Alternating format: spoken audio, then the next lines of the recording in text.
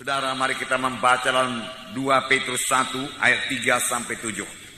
2 Petrus pasal 1 ayat 3 sampai 7. Dari sini kita melihat apa yang perlu kita kejar.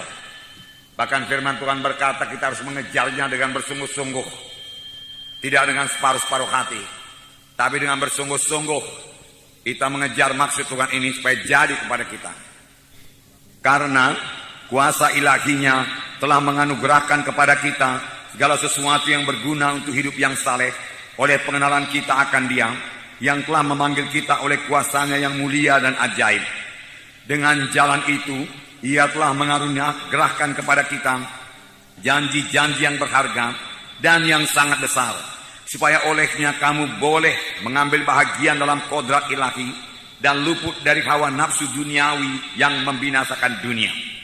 Justru karena itu kamu harus dengan sungguh-sungguh berusaha untuk menambahkan kepada imanmu kebajikan, dan kepada kebajikan pengetahuan, dan kepada pengetahuan penguasaan diri, dan kepada penguasaan diri ketekunan, dan kepada ketekunan kesalehan, dan kepada kesalehan kasih akan saudara-saudara, dan kepada kasih akan saudara-saudara, kasih akan semua orang. Jadi inilah yang dikehendaki Tuhan, supaya kita capai. Semua kita bisa mencapainya. Karena ini dicapai bukan dengan kekuatan kita, tetapi dengan kesadaran kita.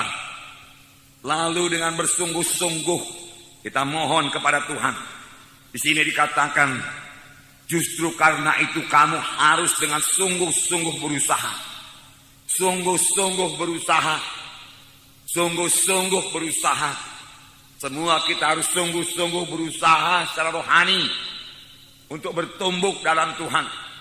Tuhan tidak menghendaki usaha yang separuh-separuh hati, yang setengah-setengah hati, tidak.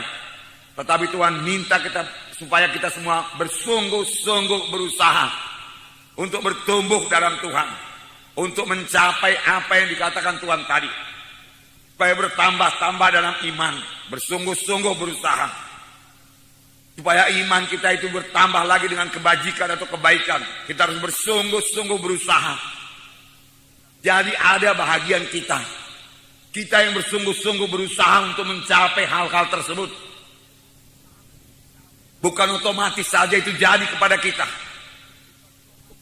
Dengan kata lain, kalau kita tidak bersungguh-sungguh berusaha, apa yang dituliskan ini, hal-hal yang dikatakan Tuhan ini tidak jadi kepada kita. Ada bahagian kita yaitu bekerja dengan sungguh-sungguh, bekerja secara rohani, menyadari keadaan kita secara rohani. Lalu kita merindukan sungguh-sungguh, misalnya supaya iman kita bertambah-tambah, supaya kebaikan kita bertambah-tambah, supaya ketekunan kita bertambah-tambah, supaya hikmat kita bertambah-tambah, supaya kasih kita bertambah-tambah, kesalehan kita bertambah-tambah. Kita harus bersungguh-sungguh berusaha. Bersungguh-sungguh berusaha. Bagaimanakah bersungguh-sungguh berusaha? Bersungguh-sungguh berusaha yaitu dengan menyangkali diri kita, sehingga bukan kehendak kita, bukan kehendak saya, tapi kehendak Tuhan yang jadi. Roh Kudus mau memimpinkan kita. Di sini ayat 3 tadi berkata, karena kuasa ilahinya telah menganugerahkan kepada kita segala sesuatu yang berguna bagi hidup yang saleh. Kuasa ilahinya telah menganugerahkan kepada kita segala sesuatu yang perlu untuk hidup yang saleh. Apakah yang telah dikaruniakan Tuhan kepada kita? Mari kita lihat supaya kita bersyukur kepada Tuhan. Apakah yang telah menjadi milik saudara setelah saudara mengikut Tuhan? Kuasa ilahinya telah mengaruniakan kepada kita segala sesuatu untuk hidup beribadah kepada Tuhan, untuk bisa hidup suci, untuk bisa berdoa. Apakah yang dikaruniakan Tuhan? Yang pertama tentu saja keselamatan jiwa. Kita sudah selamat, itu karunia Tuhan. Yang kedua dikaruniakan Tuhan kepada kita Roh Kudus. Tuhan telah memberikan Roh-Nya kepada kita.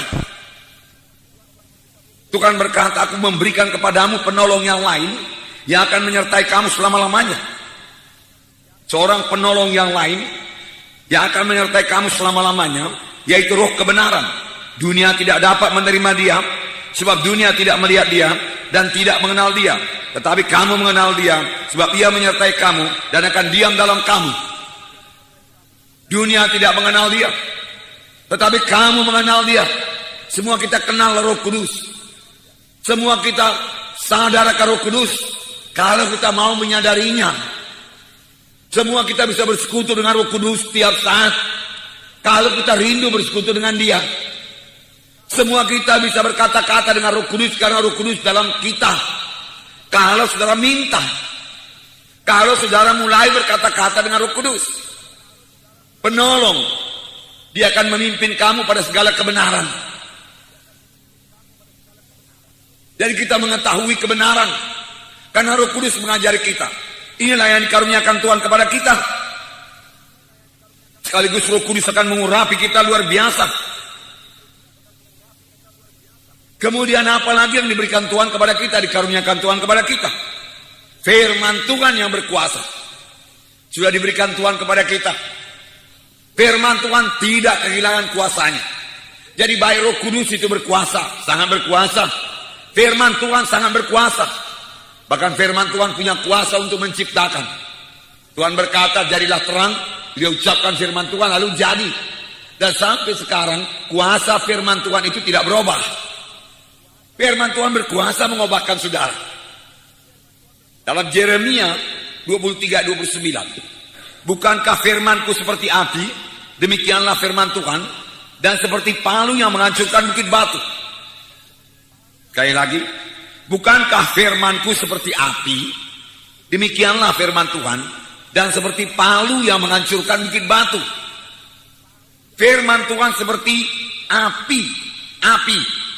Kemudian dikatakan lagi firman Tuhan seperti palu yang bisa menghancurkan bukit batu.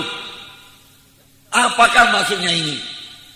Firman Tuhan seperti api. Saudara, api itu berkuasa. Api itu bisa membakar sampah-sampah. Dengan perkataan lain, firman Tuhan yang seperti api itu bisa membakar semua sampah-sampah dosa yang ada pada hidup kita.